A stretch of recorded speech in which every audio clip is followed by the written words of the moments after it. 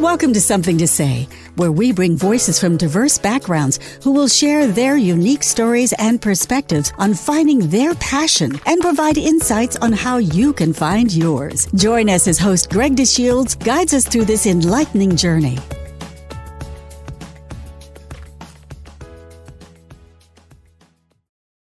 Welcome to Something to Say podcast, Season 2.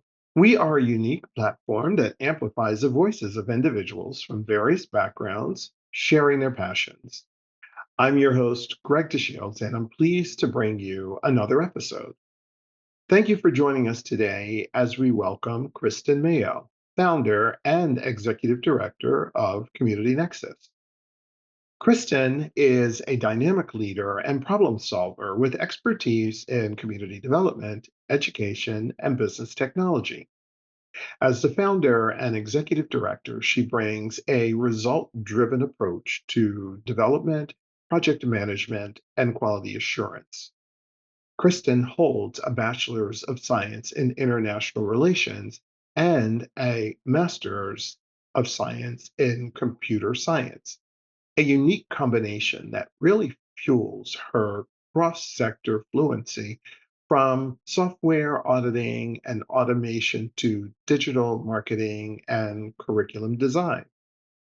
Known for her ability to lead complex initiatives, Kristin has a strong focus on conscious, humanistic leadership and effective change management as critical drivers of sustainable impact. Now, during the course of our interview, we will have an opportunity to learn about the upcoming 2025 Workforce Development Conference that will be produced by Community Nexus at Marist University on June 27th and 28th. But for now, welcome, Kristin. So, Kristin, thanks you so much for joining us today on Something to Say. We're excited to have you. As I mentioned, I'm in Washington today, so I get a chance to also be a little bit out of our normal humble abode when we do it. But I do thank you so much for being able to join us. Wonderful. I'm excited to be here. Thank you for having me, and thank you to your audience as well. I've had an opportunity to kind of read your bio, learn a little bit more about you. I certainly want to talk about all the great things that you're doing and speak about the upcoming conference, Workforce Development Conference, that'll be taking place later this month. And there are a variety of sessions and individuals, but we'll get greater detail about that. But I know that you're super busy, engaged with a bunch of business leaders. But for us, what we found is always important for our audience to get to know the individual who we're interviewing a little bit more intimately. So we want to start with some icebreaker questions. So are you up for that? Yeah, let's do it. So our first icebreaker question, which is always a very interesting one, is what is your favorite childhood memory? I think I'm going to have to give it to my mom for this one because she used to take me to all of these different community events and school events where she'd have me at the time. I thought I was helping, Mhm.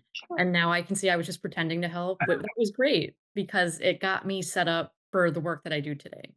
Kind of like fake it till you make it. I was having a good time, at picture day, pretending that I was helping with all the older students and in the Girl Scouts and pretending that I was helping at the register. And yeah, I'd give it to my mom for taking me to all of the volunteer events. Wow. We always find when we ask that question that there is a connection to that favorite childhood memory to the things that people do today. Either it serves as some sort of incentive or inspiration, or it's just a friendly, warm place to go, when you need a little bit of extra push. So I could see where there's a direct connection to that childhood memory and the work, and certainly how you approach it today. This is a bit of a different take, but it's once again a great way for us to get to know you. So, what was the biggest failure that you ever had, and what did you really learn from that experience? I think the biggest failure to me was early on in my career for quite a while, in the beginning of my career, that I was really determined that I had to do everything myself. Mm, I had this story, this illusion that being a successful professional meant I could do everything without anyone's help. mhm, And that was such a mistake. And it took me many years to really understand that.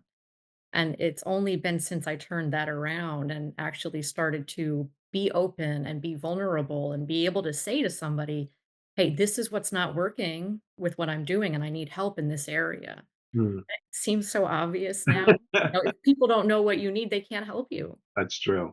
So That's I would always present this, or I would try to present this exterior of, I don't need any help. This is all going perfectly. And that's it. well. I'd say that. It's interesting about that because so often when we think of how we engage with others to help us get things done, somewhere between what I don't want and what I do want is what I'll accept. To some Yeah. degree, it's kind of living in the middle of that space for a while and realizing that some of that um, over stress that you apply to yourself can certainly be mitigated, as you said, when you start to believe and certainly delegate and provide opportunity for others. So, very good. All right. So, this is one that we have a lot of fun with. We always thought we would swap this question out, but, moving from season one to season two, people always love to hear the response. So, if you could have dinner with any historical figure, who would that be and why? That's a really tough decision, and although I'm tempted to pick my favorite musician, I think I would go with Albert Einstein, Wow.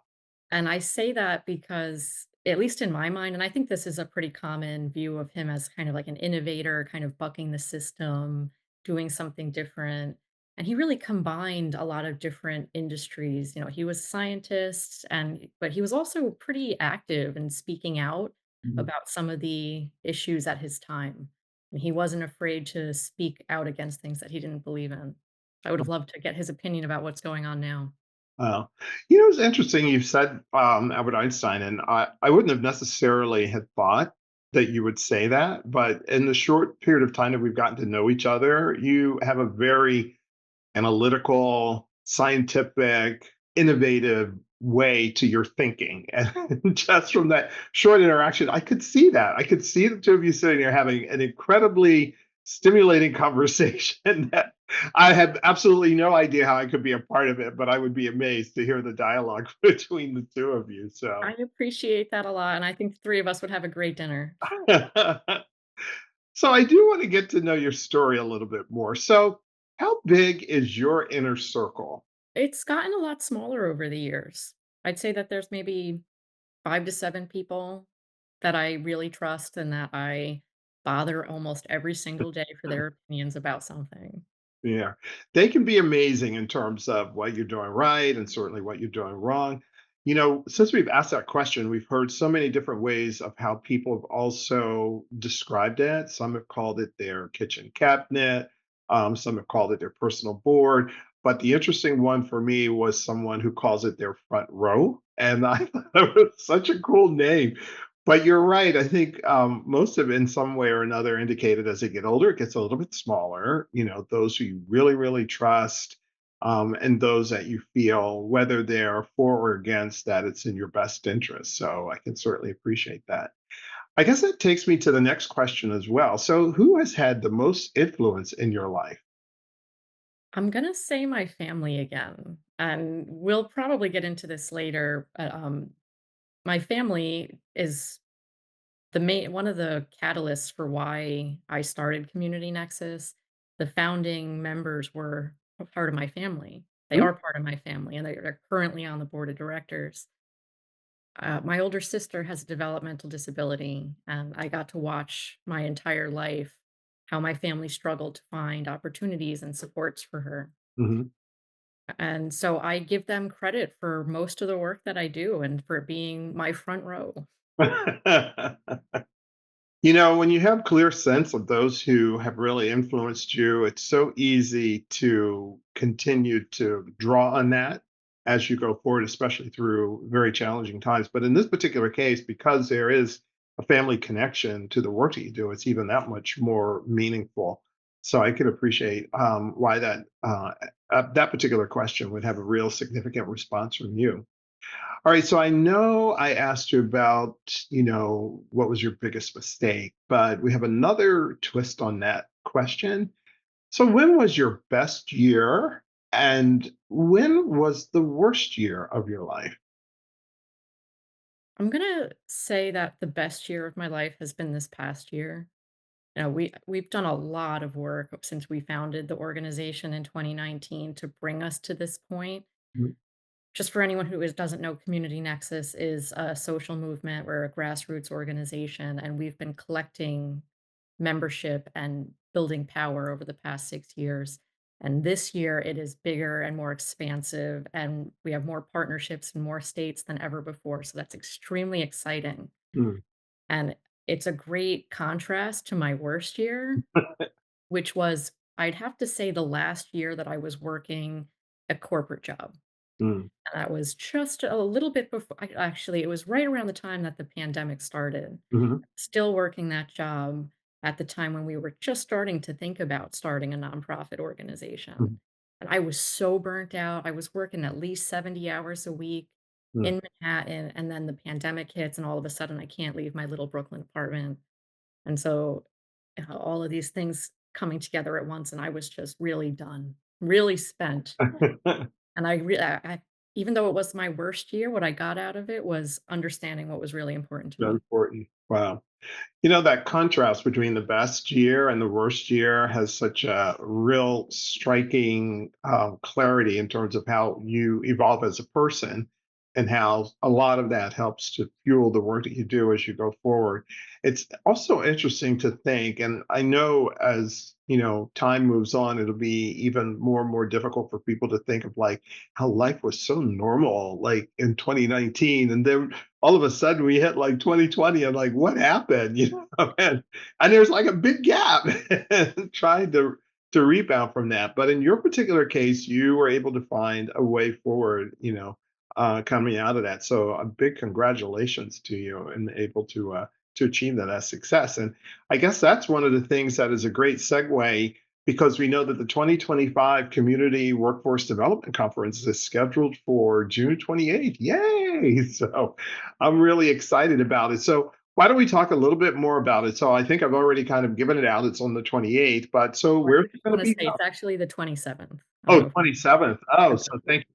And I actually learned from another podcast that you should always say the date wrong so that you can promote it twice. So, Oh, cool. That's a great piece. so the 2025 Community Nexus Workforce Development Conference is scheduled for June 27th. So what time of day? It's 9 to 5, but definitely come a little early. You don't wanna miss anything. We'll have lots of vendors there and lots of different speakers. So come a little early, but the agenda goes from 9 to 5. And where's it going to be held? At Marist University, which used to be Marist College, they just changed their name, and that's in Poughkeepsie, New York. Wow. So just out of curiosity, why that location? Well, this is actually a great way to kind of touch on what's happening in the industry while also answering your question. Mhm, Because at the time when we first started planning this about a year ago, it was almost impossible to find a venue that was available. And, there are a lot of reasons for that. People had put off having their events. And so, at this time, everybody was starting to open up again, starting to plan their events again. mhm, Plus the, inflation, plus everything that has been going on, it was extremely difficult to find a place to host a large event like this. mhm. And Maris was extremely accommodating. They were very helpful with planning everything, with setting everything up. And if you've never been there before, it's a beautiful campus. It's Wow. right on the Hudson River, great vacation spot. The breakout rooms all overlook the river, so it's great scenic setting for all these conversations we're gonna be having. I'm a big fan of Harry Potter.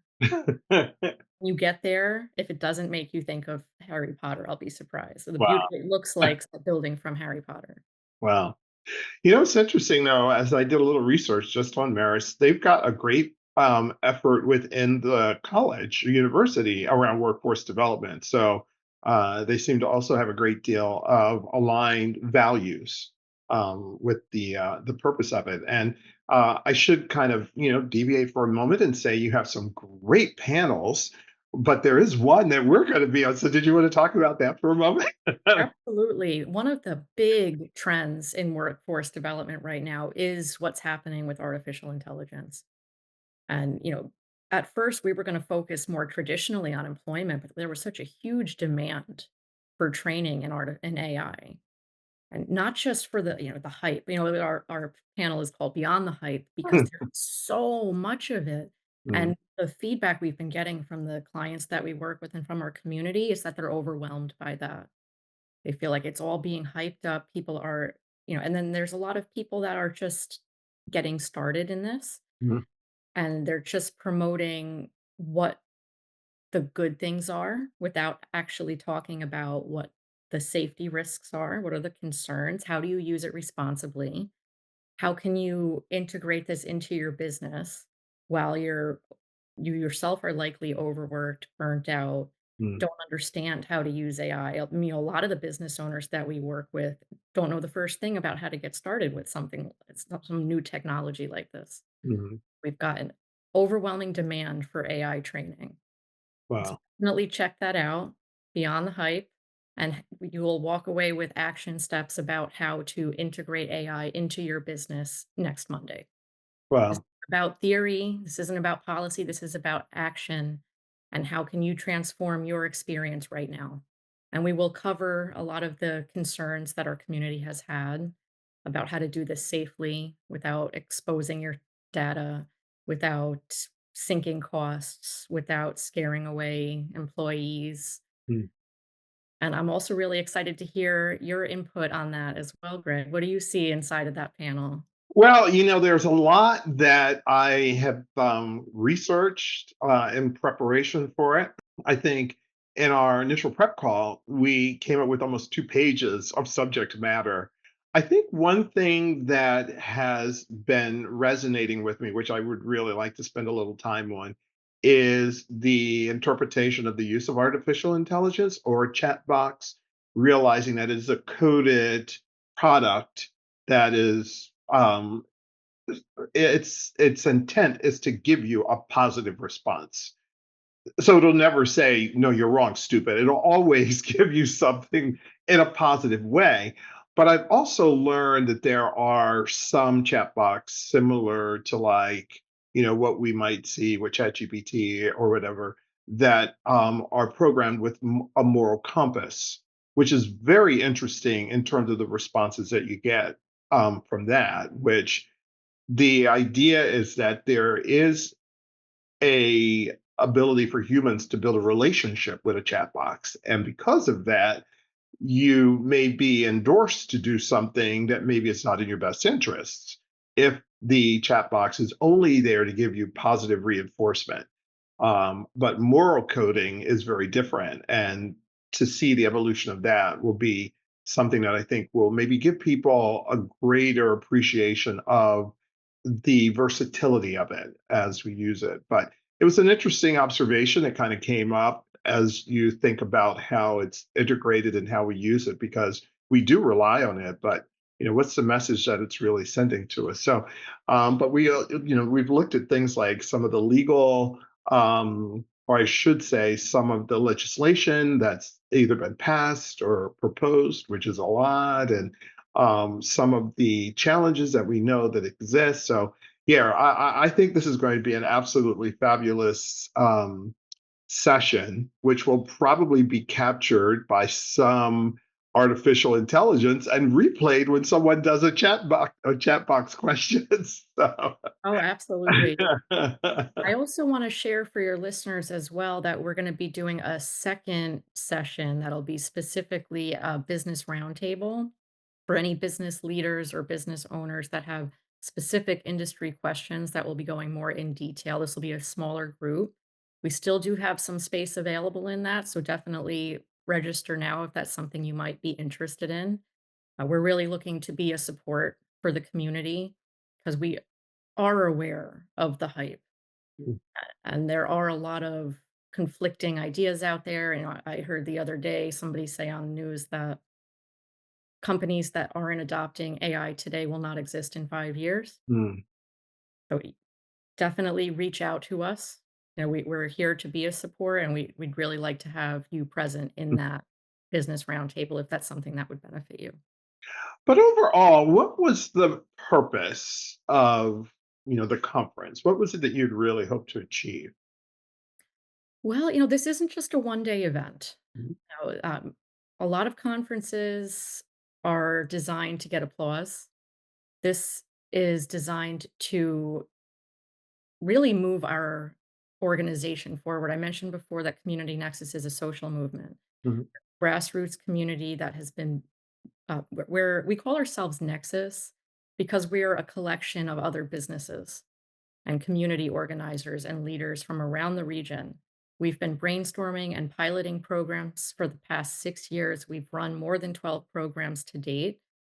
And this conference is bringing together all of our partners and potential stakeholders into one event to really highlight what's working. There are a lot of issues. I'm not going to get into all of them right now, but I'm sure this will show up differently for everyone, from rising rents to the employment crisis. My favorite restaurants have closed down because they can't find enough staff. mm, Meanwhile, there are thousands and thousands of people that want to work and are getting turned away. mhm. Talking about people with disabilities, veterans, single parents, people with autism, thousands and thousands of people. And then I'm working with business owners who are complaining about not being able to hire. So there's a real disconnect here. And we're looking to address that by highlighting what's working in the community right now. And so all of the speakers are being brought together because they're doing something in the community that's working and they're being successful. And we're going to demonstrate that and give everybody action steps that they can use right now. What Well, can what can we offer as an action for the community right now? Like I said, this isn't about policy or theory. This is about next Monday, getting into action today, because there's a lot of uncertainty right now. mm, And there are a lot of concerns, a lot of there's a lot of pain, and we're really looking to create transformation. We're- We say that our mission is to transform the way that people look at special needs and professional development. well, Well, it certainly is a packed agenda. I love, that you are going to provide people action steps that they can take back and use that day. And so many who attend a conference, that's really what they want, is to be able to take back something that allows for them to take an immediate action. And also that there is this collective body of perspectives and stakeholders and partners who bring even more value as all of you come together. So, congrats on a fantastic program. I am looking forward to being there, and I'm sure as we engage, and not just our panel, but the business roundtable, that will leave people with some great insights. I wanted to ask you in general about workforce development. Just a few questions.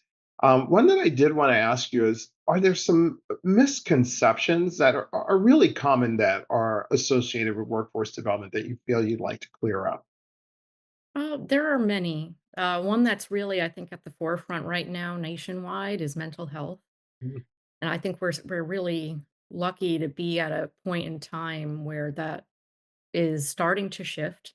It's not as taboo to talk about mental health or to, say, take a mental health day is something that I hear used in common language now. And that's very relieving. mhm, Mental health is a part of health. And we're seeing that we'll have one of the breakout sessions will be all about mental health and investing in your employees because we're seeing, people walking out the door of really successful companies in really good jobs due to various mental health issues. mhm, And this has really become what I would consider a crisis as well, is a part of the workforce crisis is the mental health crisis. mhm, Seeing homelessness on the rise, we're seeing drug addiction on the rise. COVID has really exposed a lot of the cracks in our social systems, and things have just accelerated way faster than we were prepared to handle. mhm, And so I think system change is another trend that I'm seeing a lot. mhm, Is that things have gone so, and thinking about AI as well. This has played a part in that as well. Is that everything has shifted so fast into the future that I don't think we were prepared for it. Prepare for it. Right. And so I think that's going to be one of the overarching themes of this conference. And that is another breakout room that I definitely suggest that especially business leaders consider attending. It's one about mental health in the workforce. And so the trends, right? That's what you asked me. Mental health. Yeah. Mm. But it's interesting as you were discussing mental health, there was a documentary that the current Surgeon General participated in. And he was talking about, the kind of things that we had to do to kind of control the pandemic. But he also said that the pandemic had really brought to light a lot of issues. And one that really stood out was mental health issues. And a lot of it was because of the isolation that people experienced. And that manifested itself in so many different ways in terms of how people were feeling today. And amongst the things that he had said was that mental health is the next pandemic that we will deal with, because it has become so embedded in, to your point, a lot of things that evolved maybe too fast for society to digest. The idea that there are people who are still not completely recovered from their experiences during COVID. And of course, we have issues of homelessness. I mean, so you're absolutely right. And I'm glad that you bring these things to light. And, I'm sure as we dive into some of the different parts of the conference, that those conversations will have the space for them to really stand out. But you did mention trends. So the one thing I did want to ask you, I mean, is there a particular trend or development that really stands out right now as maybe the overarching issue around workforce development? I mean, if I don't say it's AI, I'm gonna say it's AI is the big one. But to shift more to solutions, Mm, I was just thinking about a lot of the organizations that'll be presenting at the conference seem to have a common thread of co-working, co-living, community oriented, sharing resources.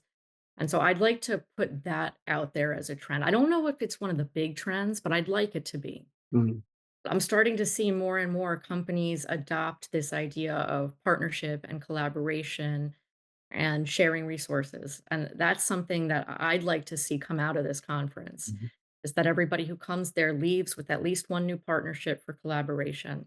mm, And some of the companies that we're going to be highlighting at this event, that's what they're doing. They're using co-working models, co-living models to be able to do more with less. And that's something that I think we have to start talking about more as a society mhm. as we look at some of these economic issues and debt and businesses closing down and globalization and all of these things. So I don't know that I wouldn't say it's a big trend, but my intention is to create it as one.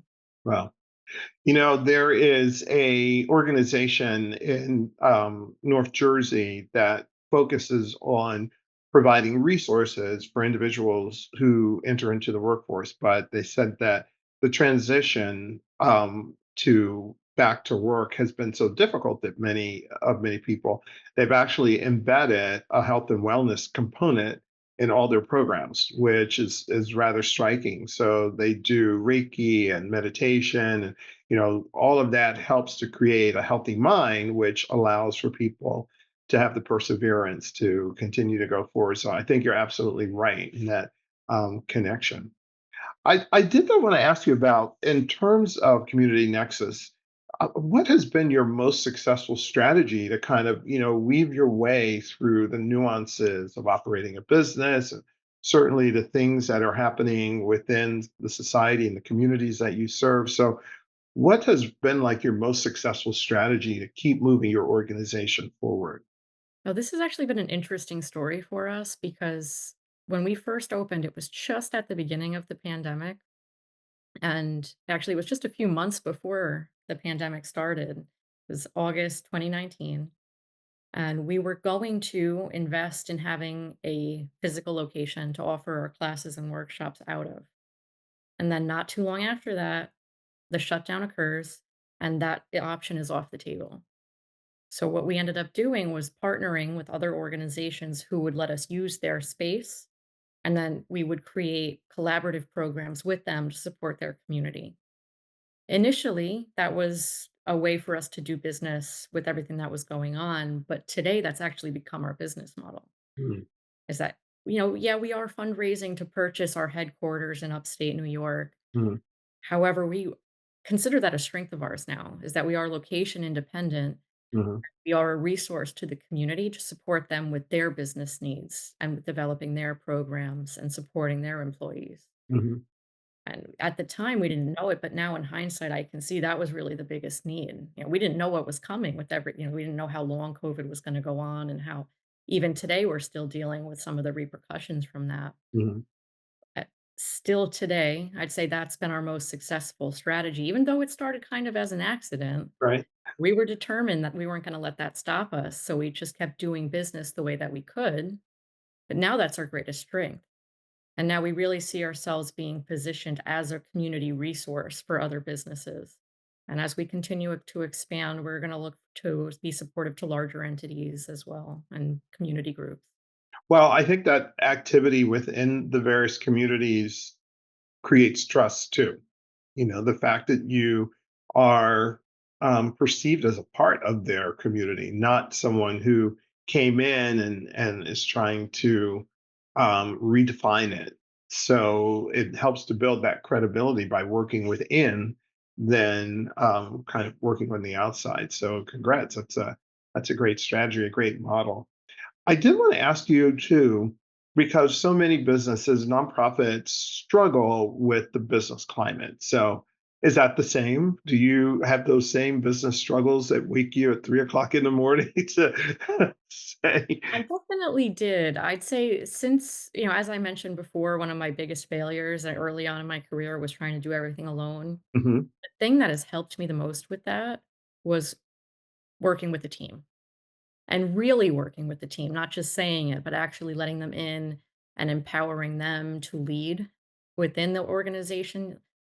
Community Nexus is very special as a grassroots organization. We are created by our community for our community, and we listen. We put lived experience at the forefront, and we have a pretty big team of advisors. So thankfully, a lot of that is alleviated from that, but the things that keep me up are the people that we haven't reached yet. There are a lot of people out there that I know are looking for this kind of support, and with all the things that are going on today, lives depend on it. As we talked about some of these society crises like homelessness and things like that. That's what keeps me up at night is how can we do more faster? I was at a workshop for nonprofit leaders, and there was one particular exercise which was offered as a part of the program, which I thought was really interesting, and it fits well in a podcast. So, if I gave you the magic nonprofit wand that allowed you to wave it over your biggest problem, like which one would it be and how would it fix it? Well, that's an interesting question because even though I said just few minutes ago that our biggest strength was being location independent, we are also fundraising to purchase our headquarters. It'll be our first company owned location in upstate New York. And it would be that to have the grant come through that we applied for, which is still pending. So, it looks good. We're optimistic. I just want them to release that funding and let us go purchase that property. Wow. So it's interesting. A number of the nonprofit leaders decided that they were going to take the icon of a wand and use it in whatever proposals that they were going to submit and hope that the magic wand would ultimately make them a success. But Kristen, this has been an absolute pleasure, and I am so looking forward to meeting with you at Marist in our upcoming sessions. So, if you want to do a shout out about the conference once again for everyone. Yeah, absolutely. Join us on Friday, June 27th at Marist University in Poughkeepsie, New York to learn about innovations in employment, technology, and in housing. People often ask me what housing has to do with this. However, what I say to that is people can't be successful at work if they don't have a stable place to live. Very We're true. gonna be showcasing some innovative models, things that you can use today in your business, in your career to make a difference in your lives, in your business, and in your community. Wow. So, my last and final question for you is because our podcast is entitled Something to Say, we always love to ask people, what do you have to say? I'm going to paraphrase a quote from Albert Einstein. He said something like, we can't solve the problems that we created with the thinking that created them. And that's something that is very close to my heart. And that's something that we're working on with Community Nexus is to do something different, Wow. shift the way that we think. This is our window right now. The next 5 years will define the next 50 years. Very good. So don't wait. Come to the conference, reach out, get in touch. We are a grassroots movement. We work because you reached out. Wow. So don't Very think your powerful. voice doesn't matter.